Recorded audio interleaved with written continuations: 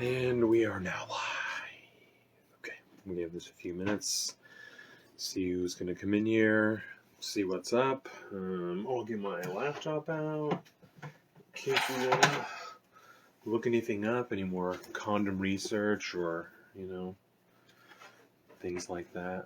Glad that nobody's in here to hear that. But we did talk about that once. Hello, sir. This is the book club live stream. I don't know if you've been in on the book club. If you have not, there was a post on our Instagram that lists all the books, one book a month. They've all been pretty good. This is the last live stream for our March book. This one right here, The Indifferent Stars Above by Daniel James Brown. This is the harrowing saga of the Donner Party. It is in fact harrowing. It is in fact an excellent book. I have read it twice now. It was that good. I will definitely read it again at some point in the future. The last time I did one of these, I was very disheveled. It was very disorganized, and I wasn't really sure what I had going on. I felt really thrown off, so we're going to go back to the style that I was doing before. I'm going to do some readings. We're going to talk about them on the way through, and then I have just a couple of notes here that we're going to go over. So this live stream, this is the last one, and then on the first, we'll have the review video for this entire book will drop. That one is also crazy. I went on for too long. I pushed the show late.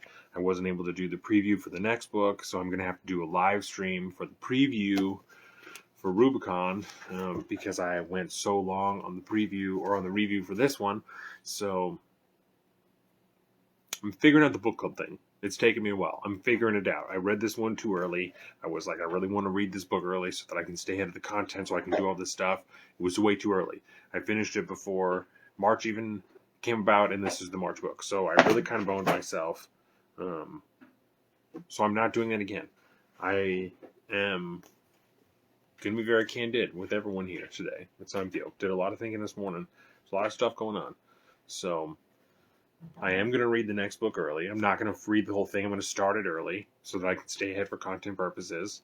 But I'm not going to finish the book before April because that was a fucking mistake to do that. So with that, we'll start and do some reading. Thank you again for joining us here on Instagram, Solid Streets. Thank you. YouTube.com/Solid Streets, where you can go watch the episodes, the parts, the clips, all those things. Facebook.com, Facebook.com/Solid Streets. SaltOfTheStreets.com for all of this information, personal social media. I'm at Salt of the Street on Twitter and at Alpaca_Donovan on Instagram. And Colin is at Big Bird Alpha and both those things. That is all. Patreon.com/SaltOfTheStreets. That is all. Okay, so let's run through here. This is, I also explained these kind of confusing. I was like, go chapters 6 through 9, but is that like up until the beginning of chapter 9 or the end of chapter 9? Technically, it was the beginning of chapter 9 last time, and so this is going to be chapter 9 through, I'm just going to go page numbers to, should be a little bit less, but we're going to go to page 222, because that's the beginning of chapter 13, Heroes and Scoundrels. So there's just a couple of points that I want to hit on here. Through this section of the book, the Forlorn Hope went out, obviously. They left on the snowshoe party. They ended up eating the first person. And at the end of this section, the very first recovery group has made it to Truckee Lake, where the rest of the Donner Party is. And the recovery group, of course, including our favorite, Reason Penelope Tucker. I talked about Reason Penelope Tucker about 9 bajillion times throughout the entirety of these live streams, the preview, or the review, things like this. I found myself just continuously impressed with this guy. The more I think about him, the more I totally have a man crush on a dude who was alive in 1840. Don't know anything that he looks like other than how it's described here. It doesn't really matter. Reason Penelope Tucker, I said in the review that I one day want to be remembered and described the way that Daniel James Brown remembers and describes Reason Penelope Tucker, because he just sounds like the greatest guy ever. And so I've decided that Reason Penelope Tucker is America wrapped into a human being, and we should all try and be more like Reese and Penelope Tucker. And that's a point I'm pretty sure that I hit home on the review. We'll have to see. There's going to be a lot that gets cut out of that because I fucking talk so much. There's a lot of dead air. There's a lot of bullshit. But, you know, at the end of this book, I'm just gonna put it out there. Toward the end of this book, you know, we find out that Reese and Penelope Tucker makes multiple trips up to Truckee Lake to save members of the Donner Party. The first time that he goes, he finds out that William Eddy has made it down the mountain and that there are people up there. So first he goes and he helps save the rest of the Forlorn Hope, the rest of the Snowshoeing group. And then he goes back and brings it back. Then he goes up to Truckee Lake. He goes through this entire path that the Forlorn Hope just struggled down, and he goes to Truckee Lake to bring back as many people as he can, the healthiest of the people there. And on the way there, some of the group that he's with say they can't go anymore. It's too difficult. I'm not going to go any further. And he offers to pay them $5 per person per day to continue to just do something they already offered to do. $5 in 1840, we found out it was like $160 a day per person. And I believe that there were 7 people that went with him. And I don't know, it's unclear whether or not he paid those dudes or those guys were part of the ones that were willing to go anyway. But either way, he was willing to pay people out of his own pocket to help save other people. That the only connection he had with them is that he traveled with them for a short period of time on the road to California. And he got there first. So that's incredible. Said we should all strive to be more like that. That's extremely impressive. The level of character that's displayed there is, I don't want to say I don't know anybody like that, because I'm sure that there are several people I know that would do something very similar to that. But it's difficult to comprehend, and it's not as common as it should be. Maybe. That's an interesting philosophical question. Is it as intriguing if it happens more often, or is it only as intriguing as it is because it's so rare? That's very interesting. Colin, if you're listening to this, consider that. So we'll do a couple of readings here, and we'll talk about what's going on. So let's see, these yellow pages have to do a lot with like the conditions that they were living in, right? So let's see here. This is when they first ate a person, right? It was an appalling situation. This is page 165. It was an appalling situation, and in some ways a surprising premature one. Though they had been on scant rations for a week, they had been entirely out of food for only hours. Most, if not all of them, were greater or lesser extent Christians. Dolan himself, an Irishman, was likely Catholic. And even without religious considerations, the moral imperatives against taking another life, let alone the almost universal taboo against consuming the victim's flesh, were powerful inducements to the continued suffering rather than to take such a step. And yet they sat in the snow and discussed it, and the proposition began to make headway. William Foster would have none of it, but Dolan and the other men persisted and finally carried the day. They tore up strips of paper, and the men somberly took turns drawing them. Sarah and Marianne had to sit and watch with dread as Franklin and Jay took their turns. Sarah Foster did the same as her husband took his chance, but it was Patrick Dolan himself who drew the fatal strip. Dolan didn't have long to react. The men gathered around him and studied him, then looked one another in the eyes and realized that none of them was willing to put the flintlock to the young man's head and pull the trigger. Dire though their straits were, murder was still murder, and for now at least a gnawing stomach could not suspend their moral codes nor simple human compassion. William Eddy pointed out that one or another of them was bound to die pretty soon anyway, and they could then decide whether or not to consume the body. They pushed on and made 8 miles that day, camping somewhere in the northern flanks of the canyon of the American River's North Fork. They were utterly exhausted. They had not eaten in 48 hours now, but they were burning calories as if they were competing in an Olympic biathlon competition, and all the while they were sliding deeper into topographical funnel. Okay, so I don't know. I've thought a lot about this. I talked about this during the preview and probably even the last live stream. I've thought a lot about the concept of eating person. I just don't know. I don't know if I could get past it. I don't know if anybody could conceptualize it until they're in that position. I'm going to continue to think about it and ask people about it for the whole rest of my life, because I'm going to continue to read this book. And that's never going to not fascinate me. I was just talking to Casey about it today. Shout out Case Bowles if you're watching this. About how wild it is that a bunch of these people that survived the Donner Party, they ate other human beings and then just continued their lives after that. They just moved on. And I'm sure you don't just move on. You probably carry it with you forever. But the only person who really talked about it extensively was named Louis Kessberg. Kessberg for sure is his last name. I'm pretty sure his first name is Louis. And he was proud of having eaten a person, right? Having eaten multiple people, and he ended up murdering people and eating them. He did some super dark shit. And he ended up opening up a restaurant too. I definitely would not have eaten at that guy's restaurant because he had eaten multiple people, murdered and eaten multiple people. Absolute savage, that one. So this is a part about in the Murphy cabin back at Truckee Lake when they were not eating other people. This is how the mothers were keeping some of the children alive. In Murphy cabin, there was less reason for hope. Out of beef, with their supply of hides rapidly dwindling, Lavina Murphy and Eleanor Eddy had taken to gathering cast-off bones of slaughtered oxen. They boiled the bones and served the broth to the 9 children huddled in the cabin. Then they boiled the bones again and again until they became soft enough to chew, and served them whole to the children. On this Christmas day, because this chapter is called Christmas Feasts, because Daniel James Brown is a savage. On this Christmas day, Lavina Murphy added a few pieces of oxtail to the broth to make it perhaps a bit more festive. They ate bones for Christmas at the Donners camp at Elder Creek as well, and they had been doing for a while now. Sometimes they boiled them, sometimes they toasted them brown on the coals and then gnawed on them, and as at the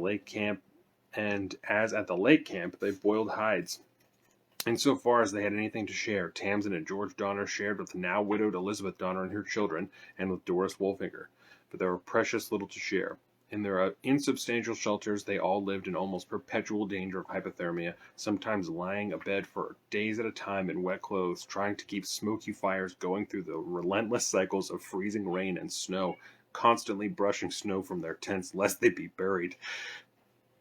I don't want to continue to say it. It's difficult to comprehend. I don't know how anyone would do it. They lost their hatchet. That's super unfortunate. These pink ones are about Reese and Penelope Tucker. And so this is what I was talking about when they first found out, when the first member of the Forlorn Hope finally made their way down the mountain and into Johnson's ranch. It was at Johnson's ranch late that afternoon of January 17th, 17-year-old Harriet Jesus Christ. And it was at Johnson's... Oh my fucking God. I gotta drink water. I have to take a drink of water.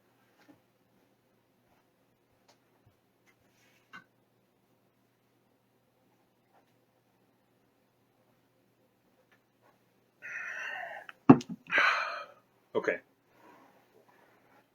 Let's try this again. And it was at Johnson's ranch late on... Oh my fucking God. And it was at Johnson's ranch that late on the afternoon of January 17th, 15-year-old Harriet Ritchie saw 2 figures coming slowly down the flood-swollen Bear River, approaching her family's cabin. She studied the men approaching her. One was an Indian, and he was holding up the other, a white man. A gaunt figure with rags hanging from his shoulders. The white man's feet were bloody. His eyes were sunken from his pale, bearded face. He was bent over as if by great age. He stank of sweat and blood. When he got to the door, he peered up into Harriet's face and whispered, "Bread." She burst into tears. Matthew Ritchie and his wife, Caroline, ushered William Eddy into the cabin and laid him out on the bed. Eddy croaked out that he was of the Donner Party, and there were still 6 more like him, dying or dead some miles back up the trail. Caroline Ritchie brought him food, and as she spooned it in his mouth, she, too, began to sob. Harriet ran from cabin to cabin informing the other families. 19-year-old William Dill Ritchie helped his father to rustle up some supplies. Men and women came running, converging on the Ritchie cabin, carrying bread, coffee, tea, sugar, blankets, whatever they could think of. 5 men, Reese and Tucker, John Howell, John Rhodes, Pierre Sicard, and the Maidu guide who had brought Eddy in, hastily gathered together all the goods they could carry, strapped them on their backs, and set out on foot among leafless oak trees, following the turgid river back into the hills. It was nearly midnight by the time they reached Sarah and the others, lying in the mud where they had collapsed that morning. They were all alive, although nearly naked and so malnourished and hypothermic that they were hardly able to sit up, let alone walk. But they ate ravenously the food that was offered to them. Then they wept and cried out and begged for more. When it was given to them, they ate until they grew ill and vomited, the food overwhelming their shrunken digestive systems. Then they ate more. All that night at Johnson's ranch, women continued to bake bread and stew beef. On the morning of January 18th, a second contingent of men, Matthew Ritchie, William Johnson, Joseph Varrott, and Sebastian Kaiser, set on a horseback with fresh supplies, trailing a string of extra horses behind them.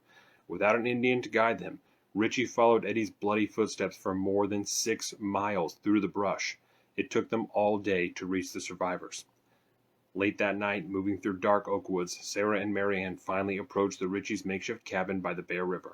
What they remembered for the rest of their lives was not the cabin itself, but rather the warm, yellow lamplight that shone out through the loose chinking, light coming to them through the black night as if miraculously, beckoning them to come back in out of the cold to the hearth of humanity. Daniel James Brown is an incredible writer. I will tell you what. And this is one of the women who saw them first, Eliza Gregson. When she first looked into the survivor's eyes, Gregson was startled by what she saw looking back at her, and she later marveled at it. I shall never forget the looks of those people. For the most part of them was crazy, and their eyes danced and sparkled in their heads like stars. I can't imagine what it would look like to see a person who was not only starving, but had also eaten human flesh prior. Because there's no way it doesn't fuck with you. Like, there's no way that biologically eating a human being doesn't do something to you. I'd be interested to know. Also, what is the nutritional facts on human meat? What is, like, the protein count and things like that? I think also that would be interesting. I'm not going to Google that. I'm not going to have that on my computer. We do need a VPN, though. That's one of the things I wrote down today, was that we need a VPN. So we'll get a VPN. Then maybe I will look up what the nutrition facts are of human meat. I think it's like alligator is the most protein-dense meat per gram. Anyway, that's all that I'll read out of there. There's just a couple things that I want to talk about for this, and then where are we at on time here? Cool, perfect. 12 minutes is perfectly enough time for me to discuss these things. It might even be too much. We'll see. So, Perseverance. I've talked about that. The last live stream I talked about it a lot, and the review for the entire book. This entire book to me is about perseverance, because there's no... And multiple times in this, there's no reason these people should have continued to survive. The people that were in the Forlorn Hope, the people at Truckee Lake, there's no reason at least half these people should have survived. There is the section there that I've already read multiple times. I read it in the last live stream about the rugby players that were stuck in the mountain. And, you know, one of them reached a point where he realized how insignificant he was, and if he continued on, it was really his point. And Daniel James Brown comparison, or his contrast, I guess I should say, was between this rugby player and Charles Stanton. Charles Stanton had gone through this entire trek. He also had made multiple trips to Johnson's ranch and back with supplies and things like that. So he was far past exhausted, and at a certain point, he just sat down in the snow, told everyone he was going to catch up, but just died. He laid there. I think they actually found his body in a stump. He may have taken his clothes off. I know they talk about the paradoxical undressing, but I don't know if that's just because he's talking about hypothermia or if Charles Stanton actually did that. But either way, they found his body in a stump, and so Daniel James Brown talks about, you know, at this point, Charles Stanton made the decision to die. I don't know if that is the case, but if that is it, then it is shocking to me that this many people collectively made the decision to continue to live, because there just isn't any reason for it. I don't know anybody who's faced as trying or as dire of a circumstance as these people. Even if you boil it down to just during the trek of the Forlorn Hope, they thought that they were going to be gone for 6 days, and they were gone for like 2 weeks, I think. At that point, when you're out of food, you have been out for 6 days, you don't have a map, you don't know how far you're going. After everything that you've already been through, I don't know I don't know. That's just so much adversity. And so perseverance is the biggest thing that I can draw from it. And I think that that is vital. It is vital for these people. It is vital for us in this time. And we just need to be trying harder to persevere through difficult circumstances. There are a lot of times um, in my life, even just in the last few years, that I've been married, that I've been in a very difficult circumstance that I've not known what to do, and I've said that to my wife, that I don't really know what to do about this. Um, so I just have to continue. I can't stop what I'm doing. I can't stop working. I can't stop trying at these things. I just have to continue. And certainly I wasn't ever facing the potential that I would have to consume one of my family members, but um, I think I think that's it. I think that perseverance is the key to this book, and I think that it's the key to our lives is to persevere. Um, so that is it. One of the other things that this book has made me consider a lot is my level of preparedness. Um, I've talked a lot about on the show, like medical kits and stuff like that. When Dax was born, I got really into stuff like that. So, like, I have one on my kid, and I have one in my car, and Jordan's car, and stuff like that. But this type of stuff, one of the things that Daniel James Brown wrote about was a family that gets lost in the woods, and the dad, I'm sure he's a perfectly reasonable human being, but he seems like kind of a dumb shit because he just gets lost and doesn't know where he's going, doesn't know how to read a map, doesn't know how to any of this stuff. Let's see. This is from page 162. On November 25th, 2006, 35-year-old James Kim and his wife, Katie, and their two daughters found themselves snowbound in their Saab station wagon after making a wrong turn onto a logging road in Oregon's Coast Range. I live in Washington. I've been on a lot of logging roads. I know how difficult it is to take a wrong turn. For more than a week, the Kims remained in the... That's just a fucking long time. For more than a week, the Kims remained in the cramped, cold confines of the car. They ate berries and rationed a small supply of baby food and crackers. When the food was exhausted, Katie Kim breastfed both her infant, Sabine, and her 4-year-old Penelope. James Kim ran the car's engine at intervals in order to provide heat until the gas ran out. Then he removed the car's tires and burned them one by one. They huddled around them for warmth in the stench of burning rubber and waited for someone to find them. And in fact, rescuers were beginning to close in on them, using signals from the Kim's cell phone to get a fix on their general location, but the Kims did not know that. After more than a week in the car, James Kim, like Franklin Graves, long before him, decided he had to get help for his family. He studied an Oregon state road map and concluded, incorrectly, that the town of Galice, Galice, was just 5 miles away. Early in the morning of December 2nd, he built a final fire for his family and then set off on foot with his map in hand, telling Katie that he would be back by 1 p.m. He was dressed in extra layers of clothes, but he wore only tennis shoes on his feet. 2 days later, a helicopter search team spotted Katie waving an umbrella just as she was herself setting off from the car with her children in search of help. James had not returned. Katie and the kids were probably rescued, and after a night in the hospital, they were fine. Other than some minor frostbite on Katie's toes, James Kim, meanwhile, had been waging a desperate battle against the elements. He headed south and west at first, traveling about 3 miles before he entered the drainage of Big Windy Creek. He then apparently decided that the creek would lead him to Gallus, or at least to some form of civilization. He followed the creek back eastward in the same general direction of the car. Through rugged, steep terrain broken by narrow ravines and abrupt cliffs, he tore off pieces of the road map and dropped them along the way, presumably to mark his trail for searchers or for himself if he decided to reverse his course. So that's a lot of critical mistakes. A lot of horrible fucking decisions that he made, not having enough shit in his car, from, I don't even, like safety blankets or something like that, road flares, some type of something. You have a fucking gun, shoot your gun in the air. Do you know what I'm saying? Shoot your gun in the air or at the ground. Someone is going to hear it, and they're going to come. Do you know what I'm saying? If I got 15 rounds, I'm willing to bust off 10 of them in not all at one time, but over a period of days or hours to try and get someone's attention out there. I'm not going to criticize this man. My point is that it's driven to me to think about and try and prepare it in more different ways. So you guys may have seen on my Instagram, I've been doing like the sutures thing, right? So from sutures to fucking reading a map, because this guy couldn't read a fucking map, right? I don't know how to read a map. I know how to read a road map, but not like navigate a map, basic land navigation.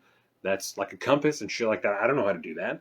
Those are things that I think probably we would all benefit from knowing how to do. Even if we don't ever have to use them ever. If at one point in time you take a wrong turn on a logging road with your family, and you have to just use a map to walk to the town of Gallus, just 5 miles away, it would be nice if you didn't turn the complete wrong fucking direction in a river and then, die there. So those are some of the examples, right? I'm going to go get the kit and something.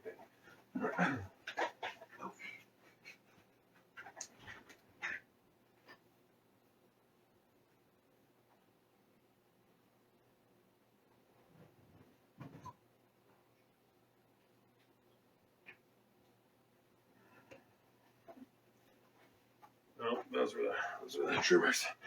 So, I think that it's in the box. Those are the hair trimmers. I grabbed the baby's hair trimmers. Okay, so some of the things. Plate carrier, right? We've talked about this. This is another when we're out running drills. We've posted a lot of videos before on Salt of the Streets, on my own Instagram, of us out shooting and stuff, right? If this is something that you're into, if this is the type of 2A stuff that you're interested in, is these type of preparedness, then when you're out, you should be running drills. Even if you're not, even if you just carry a handgun, or even just have it at your house, if someone breaks into your house and you have to use it, your fucking heart is going to be slamming. So you should be training in as close to the simulated circumstance that you could possibly come at. So even if you're only going to have it at your house, if you're like, I only have a gun, it's only ever in my bedside drawer, then pretend that it's in a drawer, fucking do a bunch of push-ups on the ground when you're at the range, and then stand up and try and shoot your gun. And that is going to be a decent simulation of what you're going to go through. So these are some of the things. This is the surgery kit that we was just talking about, right? You can see on my story over the last couple of days that I've been working on this. This is something that you can get online. Someone reached out to me about it today. Brandon Guerrero, shout out Brandon Guerrero. He was like, are you trying to get medical stuff? And I said, not as a profession. I'm trying to increase my stock in the apocalypse. This makes me a more valuable member of anybody's team, the fucking apocalypse, because I can give you stitches if you need them. These are all things that, not all, things like this are things that we should be considering and learning. They're important. Even if you don't ever use them, that's an important skill. That is a very, very valuable skill for you to have. And instead of fucking scrolling on your phone all the time, one of the big things that I've been talking about is reading books. That's what we started the book club, is to do something better with your time, because social media and all this bullshit is literally robbing you of your time. It's robbing you of your ability and your drive to do other things. We talked about this just this week. Jordan is actively trying to scroll less. She deleted some of her social media apps. It's stealing your time. That is stealing your time away from you. You could instead be doing this. I just scheduled time for me to do this. There's no reason for that, right? I just scheduled time for me to learn a valuable skill. That's silly. I shouldn't have to do that. This should be something I should want to do. And after I did it the very next day, I had other shit planned. No, I'm fucking doing this instead because I enjoy this and this is cool. I'm into it. These are things that we should be doing, and you shouldn't be made to feel weird or feel weird for doing this type of stuff, because you're instantly increasing your value as a human being, as a friend, as an Apocalypse Squad member, as all these things you're adding to your life. This is beneficial. No matter what anybody else says, why aren't you fucking bowling or whatever the fuck? This is a valuable thing. These are valuable things, even if people don't recognize that. This is the medical kit that's on my kid, right? I'm not going to go through the whole thing, but it's very easy. They're very easy to put together. I've talked about it on the show before. I would help anybody put one together if they wanted. This is the expanded one that I have on there. I have a very similar one, in our cars. If you have dogs, if you have children, this is shit that you should have in your car. If you don't have children, like I said, if you have a dog, this is stuff you should have in your car. You should have things to take care of your animals, things to take care of the people that you care about, even if your dog is that person. You should have something to take care of that. In the medical kits in our cars, I have specific portions of them just for our dog. Just for the dog. Specific portions just for the baby. Just for the dog. These are important things to consider. I think the last big note that I have, other than do things to prepare yourself to add value to your life and to your general stock, would be kind of back to Reason Penelope Tucker, right? It would be back to just some of the people in this book, whether it is men like William Eddy, who walked 6 miles with bloody feet because everybody else in the Forlorn Hope was too sick and too fucking weak, and he knew that if someone didn't go, they would all die there. He was in the same situation as them, and instead he got up and he walked the 6 miles to Johnson's Ranch so that they could all survive. So whether it is people like William Eddy, who is doing things like that, whether it's people like Reason Penelope Tucker, who's saving those people, or women like Sarah Graves, who just survived this entire ordeal, had to watch their husband die, had to watch someone cook their husband's heart over an open fire in front of them, had to watch their father die, watched all these things, went on to live a successful life after that, and lived like into her 70s. That's incredible, right? All of these people make me want to be better. And I talked about this. I had like an emotional, moment with Jordan before this show.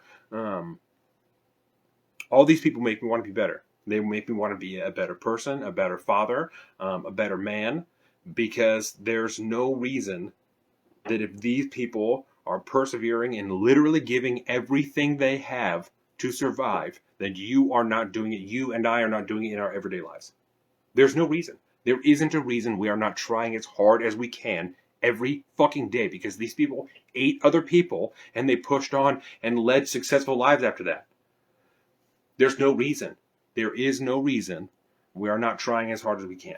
So those are the things that I took from this book. Those are the things that I think other people can take from this book. So I cannot recommend it highly enough to read this book, to buy it, pay this person everything that it's worth. Daniel James Brown. Read his other books if you're interested in that. I've heard a lot of people say good things about them. But the story of the Donner Party, as crazy as it is, because it is a fucking insane story of cannibalism and deception and treachery and fucking horrible luck and terrible leadership. It is also a story of the human limits and, like I said, perseverance and some of the highest caliber of human being that have ever existed on this planet, regardless of what you think about them having eaten other human beings.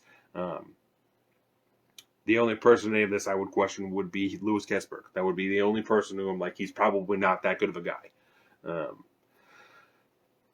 that's it, man. That's what this is about. That's what this whole thing is about. This book in life is perseverance. So, with that, I won this one here. I want to thank everybody. I feel much better about this one than I did the last one. I was very disheveled the last time. I was very upset when I walked away. This one I feel really good about. I feel fantastic about this. So, I want to thank everyone. Everyone who's here for a little bit of time or the whole time, thank you. You have been watching me, Salt of the Streets, Donovan, here on our Instagram. We have over Facebook, fuckfacebook.com/Salt of the Streets, YouTube.com, Salt of the Streets, Patreon.com. If you want to go there, become a patron, help us make more, better content like this, with a review preview coming out on the first day of the month. We have the newsletter on the last day of the month, the beer shows every Friday. We have a new clip that's dropping today, or a new part that's dropping today. Part 2 is dropping today. Another clip tomorrow. Part 3 on Monday. It's when we talk about the Don't Say Gay bill. So a lot of big things coming up. Going to do camera going, so we'll have some real actual shooting footage the next time that we go out. I'll probably take a video the next time they do suture stuff. But other than that, thank you guys again for joining me. Share this with your friends. Tell everyone about it. Go buy some books. Reinvest your time in yourself. that is all. Thank you, everyone, and I hope you have a fantastic night. Welcome to the salt of the streets, coming at you every week.